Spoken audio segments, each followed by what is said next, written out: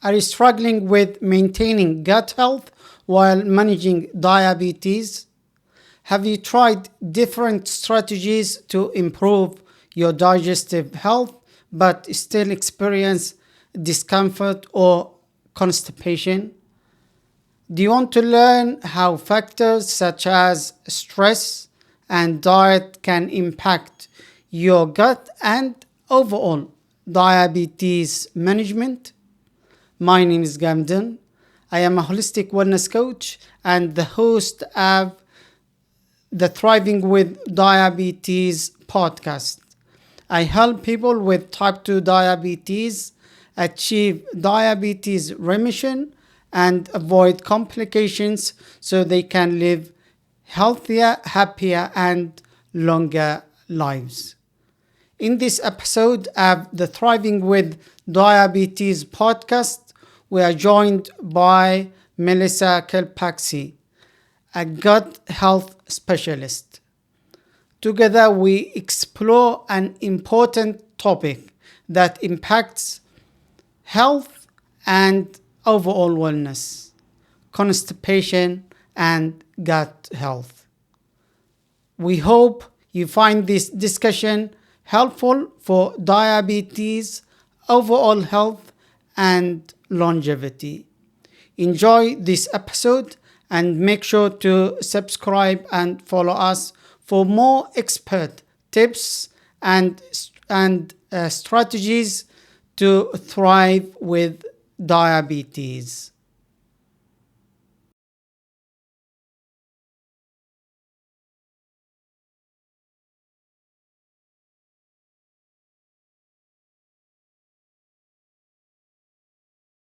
Melissa, welcome to the Thriving with Diabetes podcast. Thanks for having me. I'm so happy to be here today with you. Brilliant. Uh, I want to start this episode with constipation, which is a common issue for people. It can lead to discomfort and may affect blood sugar control. My question is, what are the main causes of constipation in people with diabetes or other health condition? Sure.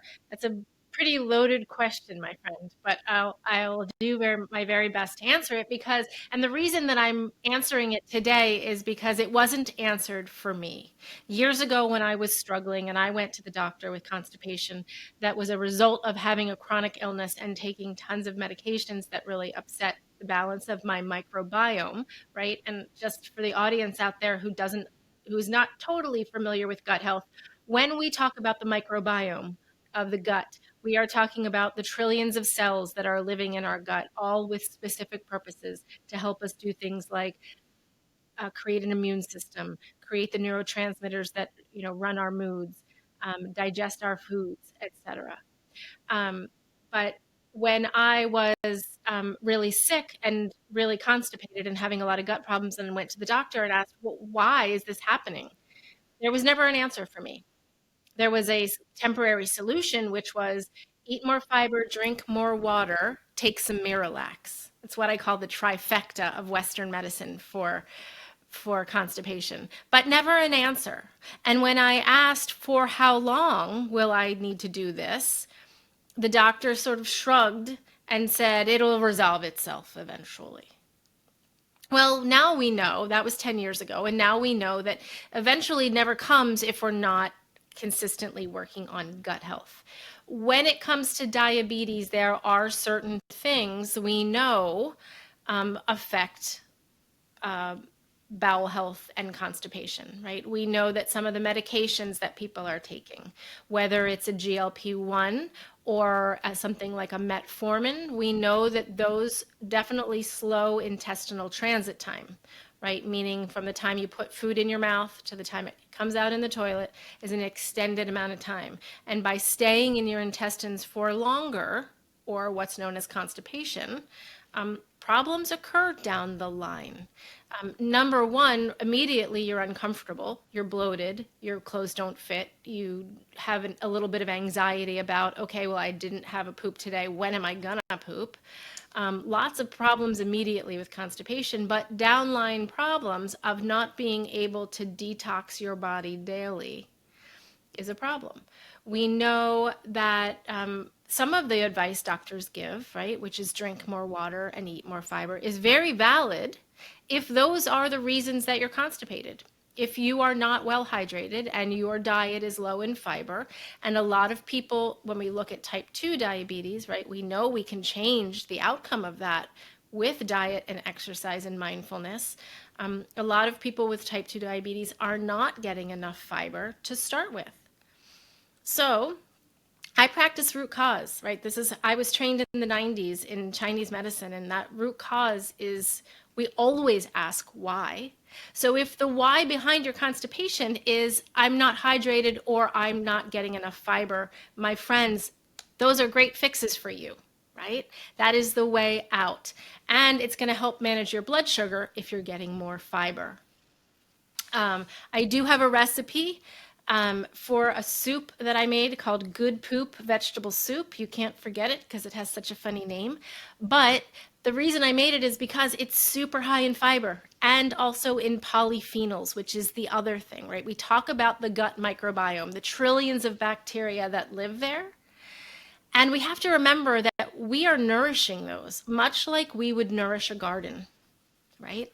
So our gut is the soil, the lining of our intestines is the soil, and we're putting in these good bacteria that have these specific functions that are helping us. They're called probiotics. And then we need to be feeding them.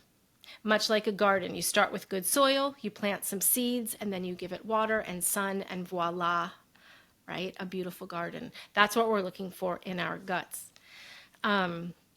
And so the polyphenols that are in the dark, rich soup vegetables that I'm using, the carrots, the beets, the spinach, those polyphenols are actually what's feeding that good bacteria in the gut.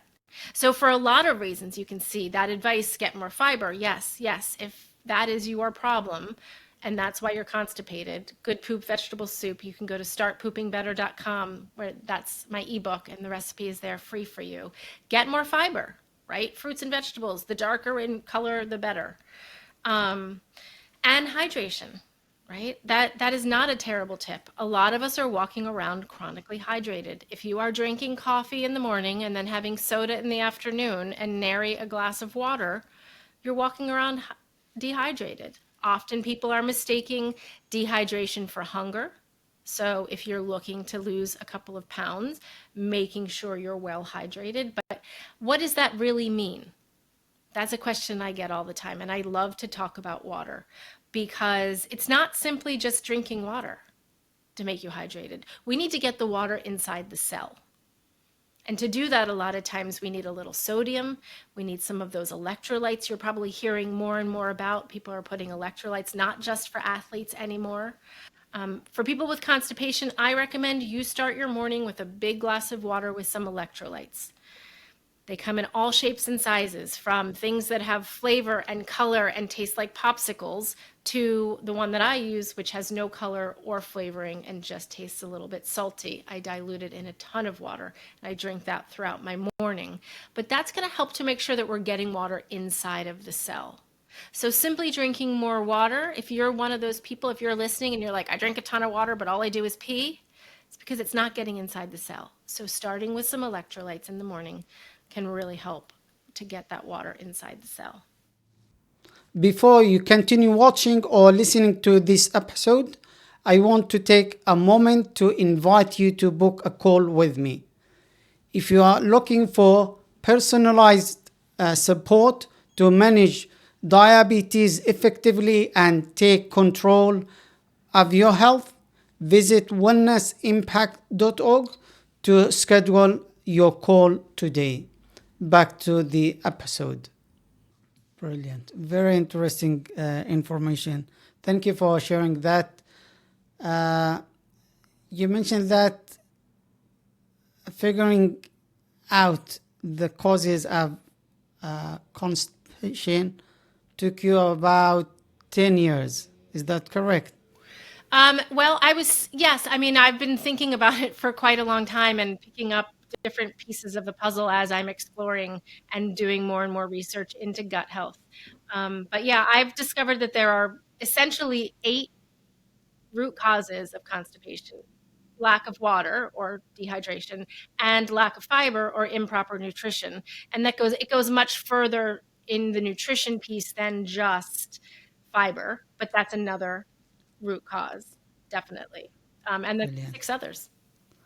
And great information. So it's very important to identify the causes, then we work on them. That is key.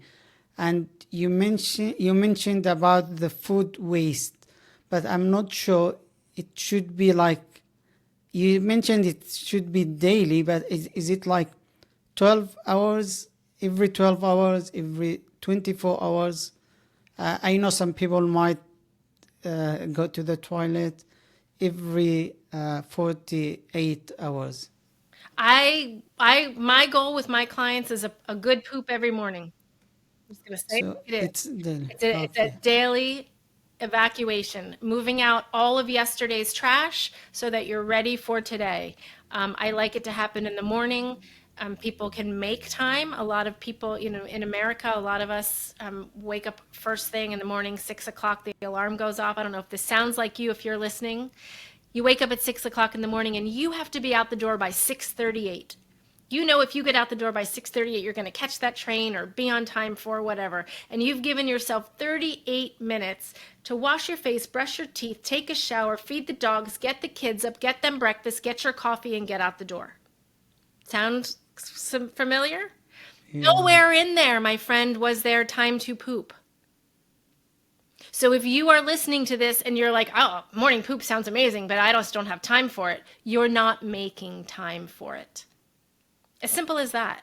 And that means getting to bed a little earlier, waking up a little earlier, starting the morning with that glass of water like we talked about with the electrolytes. People think that it's that cup of coffee that's so necessary to move their bowels, and they're wildly surprised when they replace that coffee with a big glass of room temperature water with some electrolytes in the morning.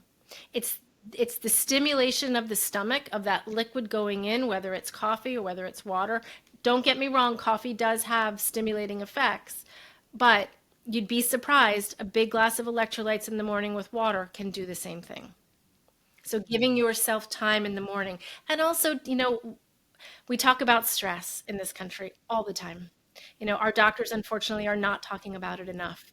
But we are walking around in a constant state of fight or flight. What's coming next? Is there an alarm going off? What am I missing? Social media's got us so fear of missing out, right? We are always on edge. And we need to learn to calm down our nervous systems. Because if we are in a state of fight or flight, that alarm goes off at 6 and you're up like you were shot out of a cannon, your body's not going to be in the state it needs to be to poop.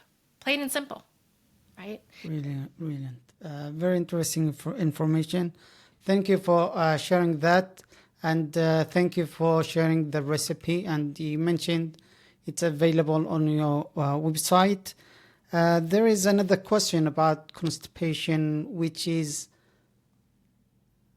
some people might find it's a quick fix when they look for medication. What is your thought about that? Well, that is a quick fix, right? So that's what we are being handed at the doctor's office, is what I call a Band-Aid. They know that if you drink more water and eat more fiber and take some Miralax, you're going to poop. And that means you won't be constipated and you can't come back with that complaint. But at how long, right? Miralax, first of all, is super toxic. If you do some research and look at the ingredients, it is not for our bodies. There are lots of tricks, right? But we need to understand, if you're not looking for a Band-Aid and you're looking for a fix, we need to understand the root cause. Is it hydration? Is it nutrition? I'll give you some other examples. Is it a medication that you're on, right? Is it the GLP-1 or the metformin that's causing delayed emptying of the bowels? Is it your liver? A lot of people with fatty liver, a lot of people who are overweight eating processed foods have fatty liver disease. Has nothing to do, there is a non-alcoholic fatty liver disease that's a big problem in this country. When your liver is fatty, it can't release the amount of bile that's needed for proper digestion. It's another root cause of chronic constipation. Exercise and movement. If you're not getting enough movement, if you don't move your body, you can't move your bowels. They go hand in hand. If you've ever seen a little baby that's really constipated and you put it on its back and you move its legs up and down and around, give it the stimulation, it's pretty miraculous, right? We need to be moving our bodies. We need to be asking, is that a root cause of my constipation? Mold and parasites is a big one. Controversial, I know. People say, I've tested for parasites, I don't have them. I have yet to have a client that I've worked on parasite cleansing with that has not passed parasites. It's a big problem in this country. We've been told that it's not. We're very clean. We're not a third world country. But if you eat vegetables, if you eat sushi, if you eat meat that's not 100% well done cooked, you're getting parasites. It can be a reason for constipation. Same thing with mold. Exposure to toxic mold will shut down your bowels. Not talked about much in Western medicine, but if you're listening out there and you have chronic constipation and you're like, I have a huge leak in my roof and it smells musty in my bedroom, it could be the reason. It could be a reason for a whole host of other health problems too, but constipation is one of them. And then one of the biggest ones that I find is really just this general gut dysbiosis, right? Something is off balance. Either you've got too many bad guys in there brewing, maybe you had a case of food poisoning that you never quite resolved and you still have a lot of bad bugs in there. Your gut microbiome is a very interesting dance. A lot of times once something gets pretty off kilter, lots of other things can get off kilter. When I run lab tests on people looking at their gut, there's never just one thing off, right? But what we are looking for and what the testing is so valuable for is because we don't have to guess. I don't have to guess at what your dysbiosis is. I don't have to guess at which good probiotics. We talked about all those good probiotics that we need in our gut. There's about 10 strains that we know of now. By next year, it might be 20, but 10 that are really important, that have really important jobs in our bodies. And we take a look at those through lab testing. We find the ones that you're missing, and those are the ones that you take. Instead of guessing, instead of paying $75 for a bottle of pills that you could be putting something into your body that you already have, right? We don't want a monocrop. We're looking for that wildflower effect. So by knowing what's happening in your gut, through the results of testing, you build custom protocols so that you know which bad guys you're going after, which good guys you need to raise up. Plus it gives you so much other information about your immune system, about how you're reacting to gluten. I have a lot of clients that will say, I don't have any problems with gluten. I eat it all the time. And when I get their tests back, their numbers are off the charts and it's causing a ton of inflammation for them and they're just not aware. So testing is so key with gut. Brilliant. Very interesting information. At the beginning, it looked like a simple issue, but now I can see how constipation can be complicated. So that's why it is important to work with a health coach like yourself to overcome this condition. It looks like it's complicated. It sounds simple, but it's not that simple. You touched a little bit about gut health, which is vital for overall health, specifically for people with diabetes. So how does maintaining good gut health impact diabetes management or overall health, and how we can support it? I know you mentioned fiber and probiotics earlier, but if you can talk a little bit more about gut health. Sure. With diabetes, we see fluctuating blood sugar levels, right? And we know that eating a diet high in fiber is going to help us maintain more control over blood glucose levels. I think that's a super important point. And it's twofold, right? You're eating more fiber, you're controlling your blood sugar, but also you're eating more fiber, you're feeding your good gut bacteria, and you're eating more fiber, you're creating more bulk in your stool to guarantee a better bowel movement. I think really that is probably the biggest takeaway. You know, if you're out there dealing with type 2 diabetes and you've been told that diet and exercise don't really matter and just to take a medication, that's not the way. And there's a lot that you can do. And it is diet, lifestyle, exercise based.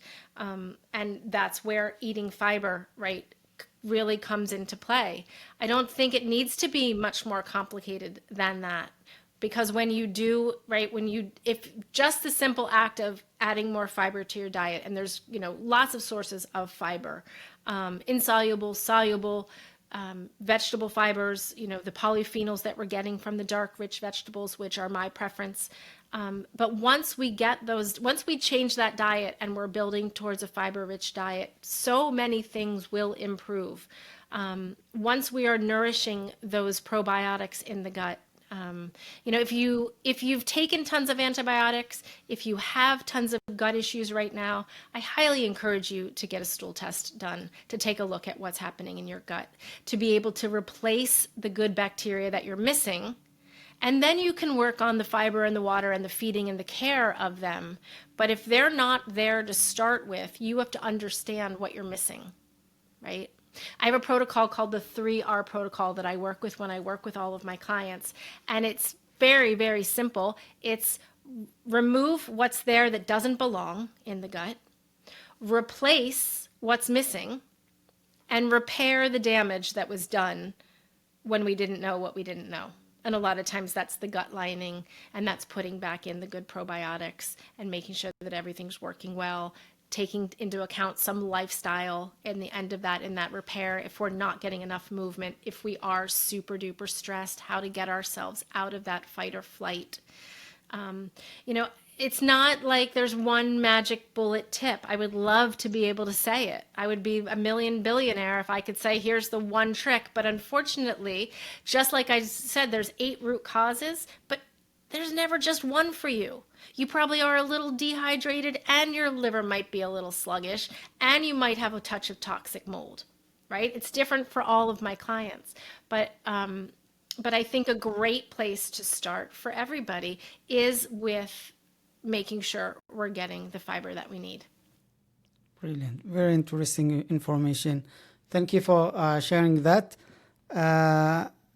You mentioned that is fiber is key or essential when we talk about gut health. So it's for good bacteria to feed them and to control blood sugar levels. And it's essential for better health to fix the diet. And you mentioned as well antibiotic, which is I don't want to say a big issue, but it impacts gut health. Do you know specifically in the winter time when we get chest infection? So we are prescribed to take them to fight the infection, and it destroys our gut. Destroys. So not only antibiotics, my friend, right? Also things like alcohol, also things like artificial sweeteners. They're doing a number. The number one chemical that's destroying our gut across the world, mostly in America, is something called glyphosate. Have you heard of it? Yeah. They use it for farming. Yeah, so glyphosate is the chemical that's in a product called Roundup that most Americans are familiar with because you might remember your dad spraying it on the patio to kill the weeds. That is now in our water, that is now in our bodies, and that is now destroying our gut. There is a woman, for anybody interested in this topic, and I think we all should be, There's a woman out of MIT, her name is Stephanie Seneff, and she's been researching this for 24 years now, and just came out with a book called Toxic Legacy. And it's about how it's not the gluten. We see all these people with this gluten sensitivity, right? It's not the gluten, it's the glyphosate that's destroying the gut. It's creating something called leaky gut. So if you know anything about the gut lining, it's one cell thick, and the cells fit together. If you can see this, if you're watching on video, you can see my hands, but the cells fit together and they kind of slide back and forth to make little gaps where we get our nutrients, right? We pass nutrients back and forth into the bloodstream. However, when those gaps get too big, more than nutrients are getting through. Particles of food, pieces of poop are getting into the bloodstream and causing autoimmune reactions. Our blood is looking at these substances going, red alert, you do not belong here, and creating all kinds of problems. And so taking care of that gut lining, right, when I talked about my 3R method, that repair at the end is so crucial, because we need those junctions in the gut to remain tight, to not be letting particles into the bloodstream and setting off a cascade of reactions and inflammation. Brilliant. Thank you for sharing that information. Can you repeat the 3 R's? Yeah, so super easy. So it's remove from the gut the stuff that doesn't belong. Replace what's missing. Which probiotics are supposed to be there that aren't? Let's put them back in there.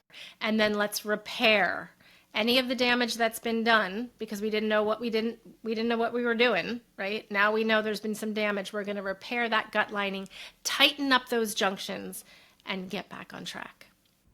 Before you continue watching or listening to this episode, I want to take a moment to invite you to book a call with me.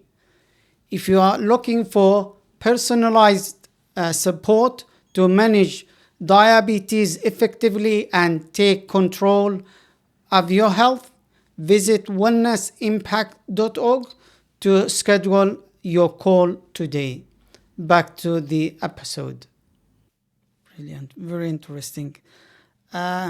Before I want to talk about stress and gut health, but before we talk about that, can you talk about processed food and fermented food for gut health and constipation and overall health? Sure. So processed foods, right? What most people are eating, which I say anything that has ingredients in it is a processed food, right? You eat a sweet potato, what's the ingredient? Sweet potato. But you eat a cracker and you've got 32 ingredients. That's processed. We need to really be looking out for seed oils. Seed oils are man-made, expeller pressed. Our bodies do not know how to handle them. It's my belief that the obesity epidemic is tied directly to seed oil intake. Our bodies can't process it. Our bodies become bigger, larger, in order to deal with the pollution that we're putting in. There's a famous quote in the world that I work in that says, the solution to pollution is dilution. So if the body is becoming toxic, it's going to make more of itself so that those toxins are diluted, right? So when we are eating processed foods and seed oils, we are essentially poisoning ourselves. On the other hand, there are fermented foods, which are fabulous for our gut. Why? Because they have naturally occurring probiotics in them. The same thing that you would take in a pill, for instance, is actually live, growing, cultured in something like a sauerkraut or a kimchi. I remind people that most pickles sold on the shelf are not fermented. People think it's a great way to get a fermented product, but if it has vinegar in it, you have killed everything. If you're buying your pickles from the refrigerated section and it says specifically fermented, that's a win. Bubby's is a great brand that I love. That's what's in my refrigerator. But all of the ones that are on the shelf in the supermarket with vinegar are not what you want. A good kimchi, a good sauerkraut. A great dinner would be maybe some chicken sausage with some sauerkraut, some potatoes as the weather gets colder, right? That sort of German bratwurst. And if you are okay with dairy, a lot of my people that come to me with constipation are not okay with dairy. That's another big one when we talk about nutrition, right? I said it's more than just fiber. It's actually looking at the other things that you're putting into your body. And a lot of people have problems processing dairy, and it really shuts their bowels down. I see it very often in kids. If you're listening out there and you have a kid who's constipated and you're putting them on Miralax and their diet revolves around cheese sandwiches and cheese sticks and yogurt, get them off the dairy. You'll get them off the Miralax. I just lost my train of thought. Yeah. So very interesting information. It's such an important one. It's especially for our little kids out there. I can't tell you. I see it all the time. Dairy, dairy, dairy. Get it out of your diet. Brilliant. Very interesting.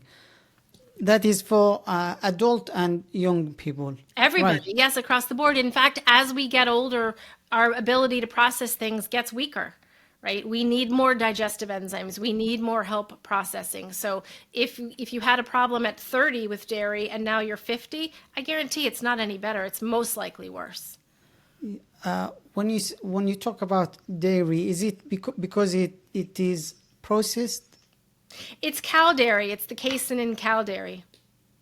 So it's not about the process. It's not about the process. It would happen with raw dairy too. It has to do with milk proteins and casein and the way that your body processes them. Okay, got it. Thank you for adding that as well. Stress affects gut health, which can in turn impact diabetes management, overall health. So can you explain the relation between stress and gut health and how we can overcome that? Yeah, we have to get into a parasympathetic state more often. Like I said, in the mornings when we're waking up like we're shot out of a cannon and you wonder why you can't poop and you feel like your heart's exploding, it's because you're in a state of fight or flight. Easy ways. There's lots of easy ways to take yourself out of that. And most of them involve either breath work or meditation. Something as simple as 5 breaths before you eat a meal, just calming your system in through the nose, out through the mouth, regulating your breath. You can use that time also as a short time for gratitude practice, to be grateful for the company that you're sharing your meal with, the food that you've been given to eat at that meal. But being able to calm yourself down, paying attention to what's happening, especially around mealtime for people that are dealing with any kind of digestive distress. If you are a gobbler, if you are the first one done when you are sitting down to dinner, this week I want you to pay attention to that. And if you're the first one done, I want you to be the last one done this week. I want you to eat with some thoughtfulness, right? I think it's a really important way to start your digestion. I also think when we're dealing with stress, like I said in the mornings, I love people to have a big glass of water with electrolytes first thing. What I also like people to do is a short meditation. I have a program and I have private clients, and what I coach them all through is a change in your morning routine where you're actually waking up and you're doing some breath work and a small meditation before you're even getting out of bed. And most people, once we get into that rhythm with the water and the meditation and the relaxation, will wind up breaking themselves out of that meditation because they have to now poop in the morning. It's game changing. But you have to be in that parasympathetic state of relaxation, right? To be able to get that done. To be able to digest properly, you have to be in that state. To be able to poop well, you have to be in that state. To get yourself to sleep at night, right? We have to be in the parasympathetic state. If you are going to bed and your head is racing with thoughts and your heart is beating fast, you're not sleeping, right? You're also not pooping. So it's about awareness. It's about being able to shift yourself at any given time using a couple of simple tools like meditation and breath work. And I teach them to all of my clients. Brilliant. Thank you for sharing that. Earlier you mentioned we should test and we shouldn't guess. You emphasized the importance of gut test, but Can you talk about that a little bit more, and what is the process? What the next step after we do the test, where we do it? Sure. The test that I like to use is something called the GI map test. It gives me tons of information, and it's a simple at-home test. It gets sent to my clients' homes. They do it in the privacy of their own bathroom. It's a stool sample.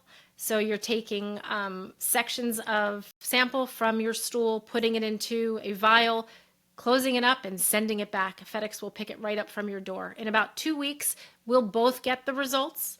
And from there, we understand what's happening in the gut and can build custom protocols, because different species of bacteria, right? Just kind of like when you take an antibiotic, it's different antibiotics for different infections. Same thing in the gut. If we've got a bunch of bad guys in there, and I only work with herbs and homeopathy, but which products, which supplements are going to knock out the bad guys? And the beauty of that is that these herbs are specific. So they're not going to kill the good guys. They're not broad spectrum like antibiotics are. They are very highly targeted.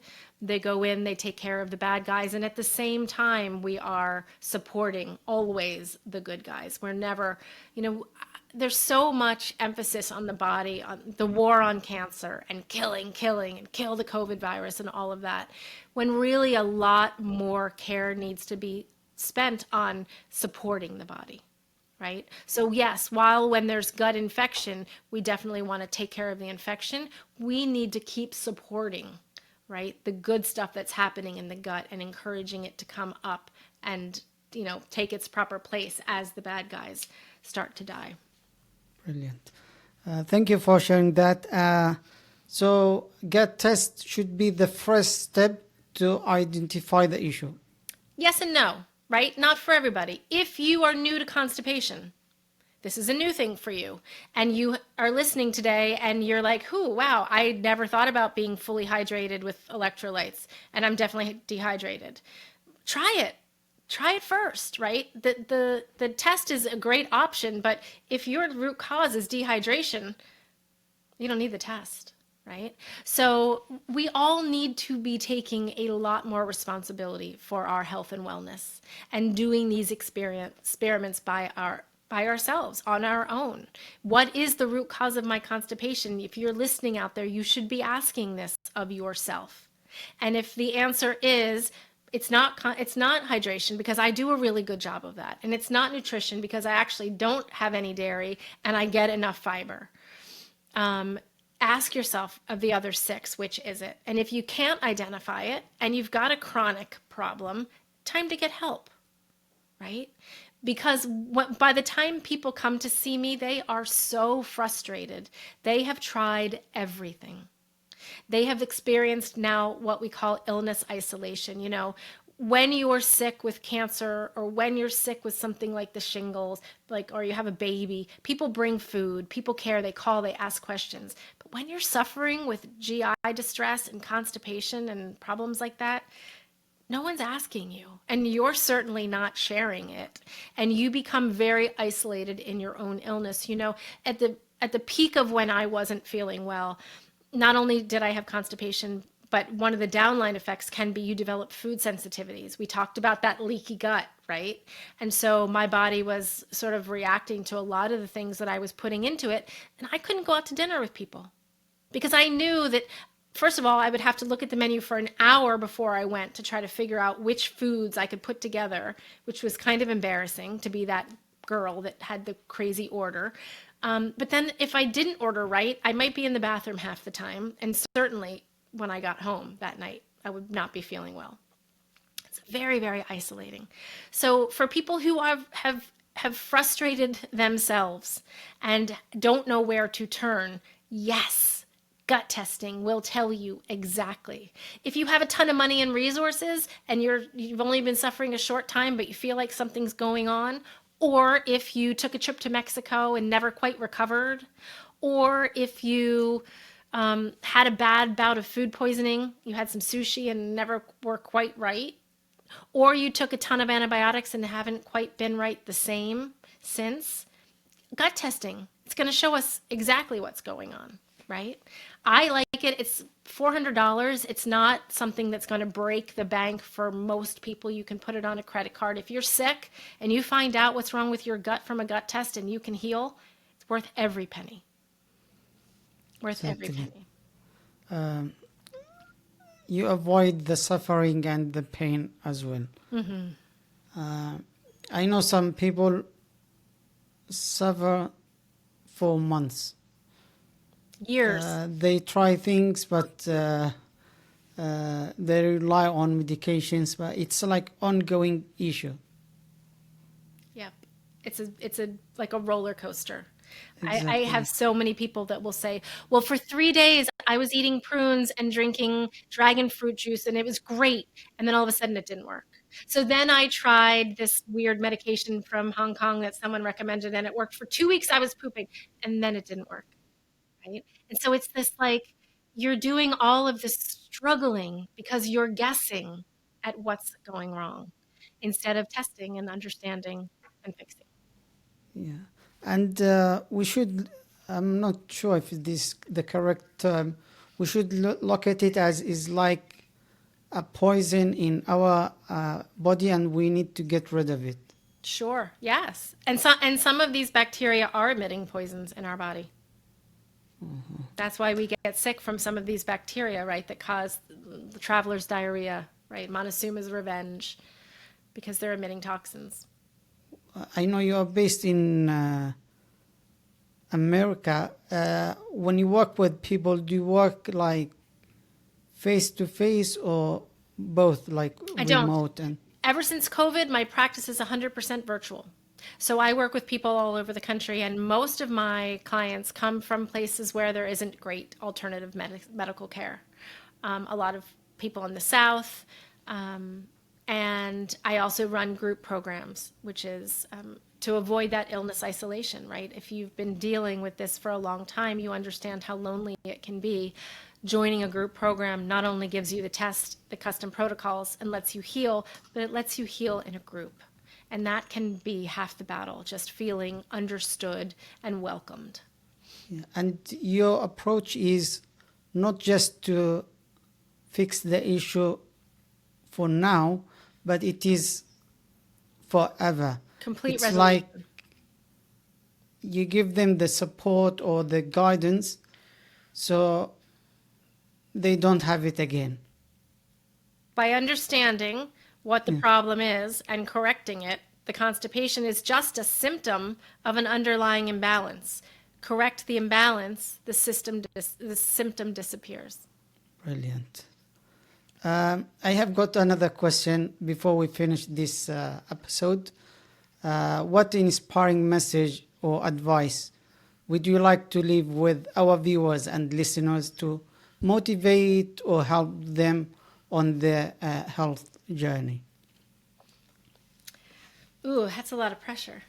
Well, I work in gut health, and the more research I do, the more I see how gut health is tied to everything. Everything from mental health to skin health to kidney health to um, you name it. The research is astounding and it's coming fast and furiously. So, my advice is if you want better health, you start with the gut. It's what Hippocrates said how many thousands of years ago all health begins in the gut. And it really is the truth. So, no matter what it is that's going on for you, ask yourself about your gut health. Take some steps to better it. Thank you for sharing your great, inspiring message. Is there anything that you think we didn't cover today? I think we covered a lot. And I think the message is pretty clear. I think people need to really dig down to understand the root cause of their constipation and stop trying to band-aid it, because that is not getting you anywhere and eventually will do more harm than good. If you are forcing your bowels to evacuate with a Miralax, right, causing massive diarrhea a few times a week, you're losing all of your nutrients, all of your omegas, all of your good fats, all that work you've done to put that good fiber, et cetera, into your body. is going right down the toilet, literally. It is not the answer. Yes, it is a Band-Aid that should be used very carefully, right, in emergency situations, but it should not be something that you rely on. We need to find the root cause, and the symptom will disappear. Brilliant. Thank you for sharing that as well. How can people find you if they want to get in touch with you or learn more about you and what you do? The best place to pick up a resource about constipation and gut health is startpoopingbetter.com. There you'll find a download to my ebook that has a couple of interesting things, some good tips and tricks, as well as that recipe like we talked about for the good poop vegetable soup. And then my website, which is my name, melissaklepacki.com. There is information about how to work with me one-on-one and everything else that I offer. Brilliant. Thank you for sharing your contact information. Now we have come to the end of this episode, and I would like to express my sincere gratitude to our amazing guest, Melissa Klepacki, or is that correct? For sharing her expertise and insights with us today. I also want to thank all of you, our dedicated viewers and listeners, for being a part of this episode. If you need additional guidance or support, you can book a call with me at wellnessimpact.org. If you found today's episode insightful and valuable, I invite you to join our community of people committed to thriving with diabetes. To stay up to date with upcoming episodes, empowering discussions, and practical tips, make sure to subscribe and follow us. Once again, thank you, Melissa, for being our guest today. Thank you, everyone, for joining us on this impactful journey. Until next time, take care of your health and keep thriving.